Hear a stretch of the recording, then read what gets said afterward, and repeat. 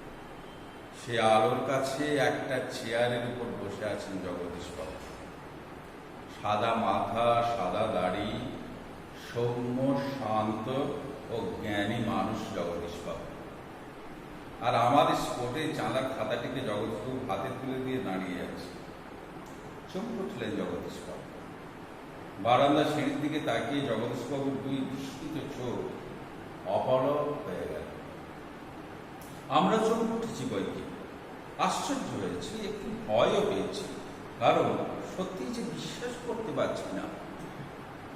সিঁড়ির কাছে এসে যে দাঁড়িয়েছে সে কি সত্যি বৃদ্ধা? ও চেহারা কি সত্যি কোনো বহুরূপীর হতে পারে? জটাজুতধারী কোনো সন্ন্যাসী নয়, হাতে কমণ্ডল নেই, চিমটে নেই, মৃগচর্মের আসনও সঙ্গে নেই, গৈরিক সাজও নেই। আদুর গা, তার উপর একটি ধবধবে সাদা উত্তরীয়, পরনে ছোট বহরের একটি সাদা থান, মাথায় ফুরফুর করে উঠছে শুকনো সাদা চুল, ধুলো মাখা পা, হাতে একটা ঝোলা, সে ঝোলার ভিতরে শুধু একটা বই, গীতা। গীতা বের করে কি যেন দেখলেন এই আগন্তুক, তারপর নিজের মনেই হাসলেন। আগন্তুক এই মানুষটি যেন এই জগতের সীমার ওপার থেকে হেঁটে হেঁটে চলে এসেছেন। শীর্ণ শরীরটাকে প্রায় অশরীরী একটা চেহারা বলে মনে হয়। কি অদ্ভুত, উদাত্ত, শান্ত ও উজ্জ্বল একটা দৃষ্টি এই আগন্তুকের চোখ থেকে ঝরে পড়ছে। উঠে দাঁড়ালেন জগদীশবাবু। আসুন। আগন্তুক হাসেন। আপনি কি ভগবানের চেয়ে বড়? জগদীশবাবু কিছু ভেবে বলেন, কেন কেন আপনি এই কথা কেন বলছেন মহারাজ? আমি মহারাজ। এরপরে দেখো কি অসাধারণ দার্শনিক উক্তি, এটা ভাবতেও অবাক লাগে।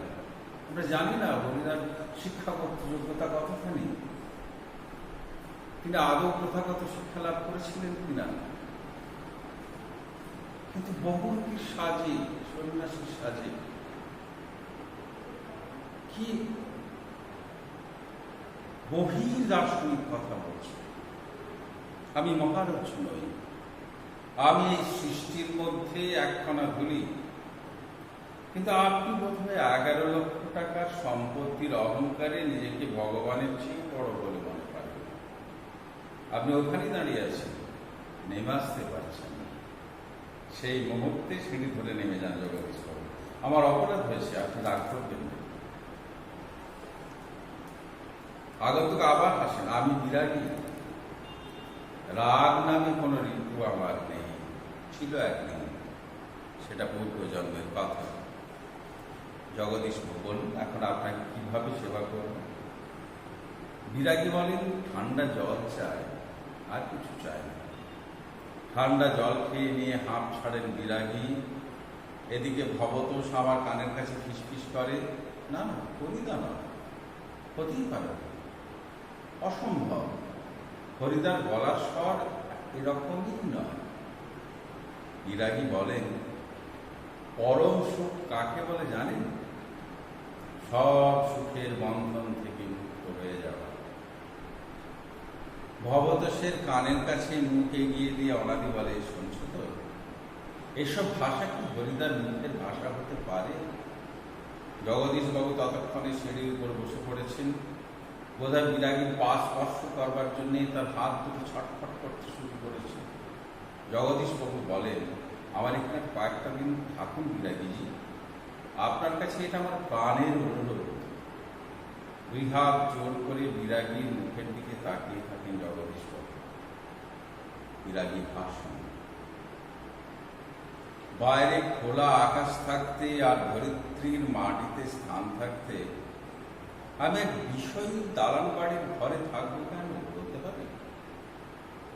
বিরাগীজি, জগদীশবাবুর গলার স্বরের আবেদন করুণ হয়ে ছলছল করে। বিরাগী বলেন, না, আপনার এখানে জল খেয়েছি, এই যথেষ্ট। পরমাত্মা আপনার কল্যাণ করুন, কিন্তু আপনার এখানে থাকা আমার পক্ষে সম্ভব নয়। জগদীশ বাবু, তবে অন্তত একটু কিছু আজ্ঞা করুন, যদি আপনাকে কোনো বিরাগী না, আমি যার কাছে পড়ে আছি তিনি আপনার চেয়ে কিছু কম নয়, কাজে আপনার কাছে আমার তো কিছু চাইবার দরকার হয় না জগদীশ বাবু। তবে কিছু উপদেশ নিয়ে যান বিরাগীজি, নইলে আমি শান্তি পাবো না। বিরাগী, ধন জন যৌবন কিছুই নয় জগদীশ বাবু, ওসব হলো সুন্দর সুন্দর এক একটি বঞ্চনা। মন প্রাণের সব আকাঙ্ক্ষা নিয়ে শুধু সেই একজনের আপন হতে চেষ্টা করুন, যাকে পেলে এই সৃষ্টির সব ঐশ্বর্য পাওয়া হয়ে যায়। আচ্ছা, আমি চলি। জগদীশবাবু বললেন, আপনি একটা মিনিট থাকুন বিরাগী। সিঁড়ির উপরে অচঞ্চল হয়ে একটা মিনিট দাঁড়িয়ে রইলেন বিরাগী। আজকের চাঁদের আলোর চেয়ে স্নিগ্ধ হয়ে এক জ্যোৎস্না যেন বিরাগীর চোখ থেকে ঝরে পড়ছে। ভবত ফিসফিস করে, না না, ওই চোখ কি হরিদার চোখ হতে পারে? অসম্ভব। জগদীশবাবুর হাতে একটা থলি, থলির ভিতরে নোটের তাড়া। বিরাগীর পায়ের কাছে থলিটাকে রেখে দিয়ে ব্যাকুল স্বরে প্রার্থনা করেন জগদীশবাবু, এই প্রণামী, এই সামান্য 101 টাকা গ্রহণ করে আমাকে শান্তি দান করুন বিরাগীজি। আপনার তীর্থ ভ্রমণের জন্য এই টাকা আমি দিলাম। বিরাগী হাসেন। আমার বুকের ভিতরেই যে সব তীর্থ, ভ্রমণ করে দেখবার তো কোনো দরকার হয় না জগদীশবাবু। আমার অনুরোধ বিরাগী। বিরাগী বলেন, আমি যেমন অনায়াসে ধুলো মারিয়ে চলে যেতে পারি, তেমনি অনায়াসে সোনাও মারিয়ে চলে যেতে পারি। আমরা দেখব বহুরূপী হয়ে হরিদা যে কথাটা বলছি, হরিদার ব্যক্তিগত জীবনেও তার মনোভাব একই। আগেও আমরা দেখেছি, গল্পের শেষের দিকটা তো সেটা দেখব। বলতে বলতে সিঁড়ি থেকে নেমে গেলেন বিরাগী। 101 টাকার থলিটা সিঁড়ির উপরেই পড়ে রইল। সেদিকে ভুলেও একবার তাকালেন না বিরাগী। কি করছেন হরিদা? কি হলো? কই, আজ যে বলেছিলেন জগৎ খেলা দেখাবেন, সে কথা কি ভুলেই গেলেন? আজকে সন্ধ্যাটা ঘরে বসেই কাটিয়ে দিলেন কেন? বলতে বলতে আমরা সবাই হরিদার ঘরের ভিতরে ঢুকলাম।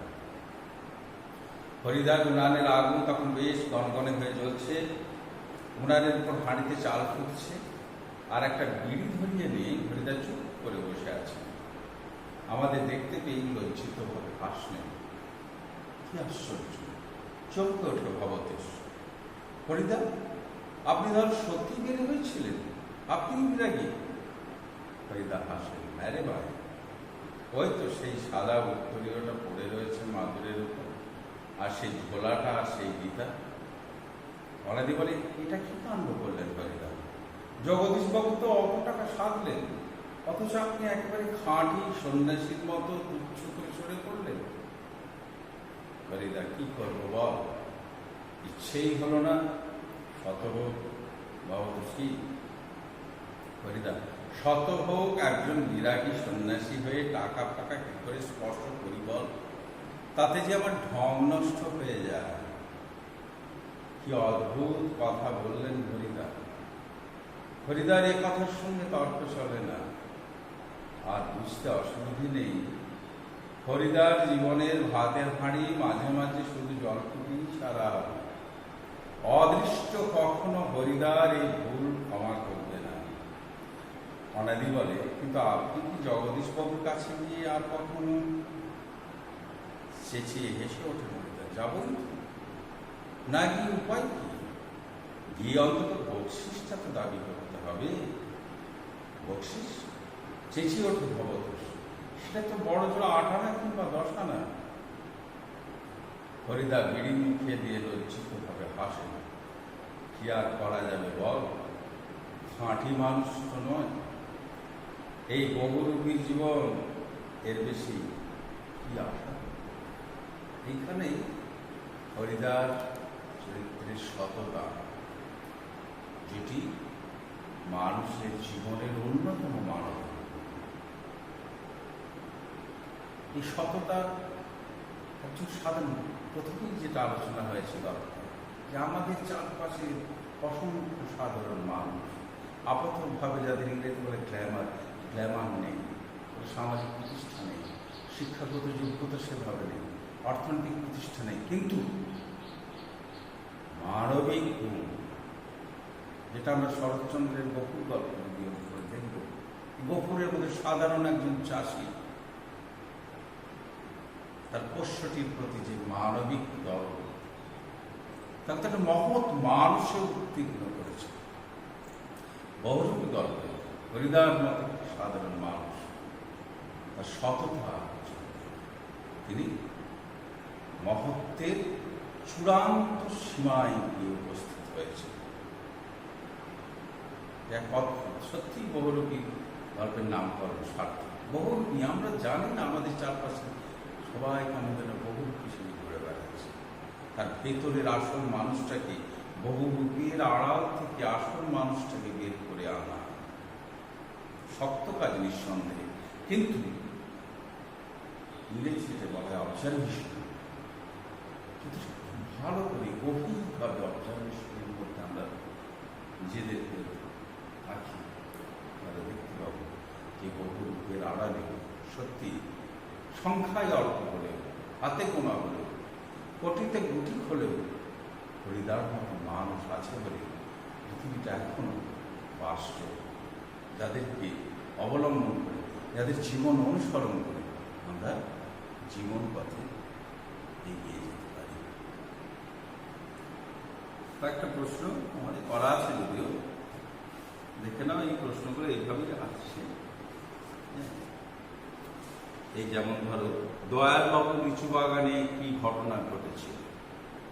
আমরা জানি এই 4টে ছেলেকে ধরে তারপরে আটানা প্রশ্নে দয়ালবাবু লিচু বাগানে কি ঘটেছিল, তারপর হরিদা পুলিশ সেজে কোথায় দাঁড়িয়েছিলেন, তিনি কিভাবে মাস্টারমশাইকে বোকা বানিয়েছিলেন, তিনি মাধ্যমিকে পড়েছিল। তারপরে ঠিক দুপুরবেলাতে একটা আতঙ্কের হল্লা বেজে উঠেছিল, ওই বাস স্ট্যান্ডের ঘটনাটা। তারপরে গল্প শুনে খুব গম্ভীর হয়ে গেলেন হরিদা। কোন গল্প শুনে হরিদা গম্ভীর হয়ে গিয়েছে? ওই জগদীশ বাবুর বাড়িতে সন্ন্যাসী আসা, এইগুলো। তারপরে আজ তোমাদের একটা, এটা বড় প্রশ্ন, আজ তোমাদের একটা জবর খেলা দেখাবো, কে কাদের উদ্দেশ্যে একথা বলেছেন? আমরা জানি হরিদা লেখক বা তার বন্ধুদের উদ্দেশ্যে বলেছেন বা কথক। সে কোন জবর খেলা দেখিয়েছিল? আমরা তো দেখলাম এই জবর খেলা, হরিদার যে বহুরূপী সে যে জবর খেলা দেখান। আর হরিদার জীবনে সত্যি একটা নাটকীয় বৈচিত্র্য আছে। হরিদার জীবনে নাটকীয় বৈচিত্র্যের যে পরিচয় পাওয়া যায় তা সংক্ষেপে লেখ। হরিদার জীবনে যে নাটকীয় বৈচিত্র্যতা সংক্ষেপে লেখ। মানুষটা তো আমাদের যে মানুষের জীবন বলতে আমাদের যে ধারণা তার থেকে তার জীবন একটু আলাদা, কারণ সে ছকে বাঁধা জীবনে চলতে রাজি নয়। এবং জগদীশবাবুর বাড়িতে যখন 101 টাকার অফার এলো, দিতে চাইলেন, বহুরূপী হলেই বলে, এটা তো তারই প্রাপ্য, কিন্তু তিনি নিতে পারতেন। কিন্তু ওই যে নাটকীয় বৈচিত্র্য, যাকে ঠিক আমাদের সাধারণ দৃষ্টি দিয়ে বিচার করা যায়। স্বামীজি একটা খুব সুন্দর কথা বলছেন, দেখো এই খবরের কাগজের সামনে খবরের কাগজে নাম বেরোবে বলে আমরা অনেক বড় বড় কাজ করে দিতে পারি, কিন্তু মানুষকে চেনা যায় তার ছোট্ট ছোট্ট কাজের মধ্যে। খুব গুরুত্বপূর্ণ কাজ। একটা মানুষকে বিচার করতে হয় তার ছোট্ট সে কিভাবে মানুষের সঙ্গে ব্যবহার করছে, সে তার যেটুকু কর্তব্য তার উপরে দেওয়া হচ্ছে সে কর্তব্য কতটুকু সে পালন করছে। এবং আর একটা জিনিস, যেটা প্রত্যেকটি সন্তানের কর্তব্য, সে তার বাবা মাকে কতখানি শ্রদ্ধার সঙ্গে সেবা করতে পারছে। এটা তো মানুষের কাজ, সেটা তো বাইরে থেকে কেউ দেখতে পায় না। তার জন্যে কোনো সামাজিক প্রশংসা হয়তো যুক্ত নাও পারে, খবরের কাগজে নাম বেরোতেও না পারে, লোকচক্ষুর অন্তরালে কাজ ছোট্ট ছোট্ট স্বামী বলছে সেটাতেই মানুষ বেঁচে থাকে। হরিদাকে তো সেটা আমি চিনতে পারছি না। সুতরাং তার জীবনটা অবশ্যই নাটকীয় বৈচিত্র্যে পরিপূর্ণ।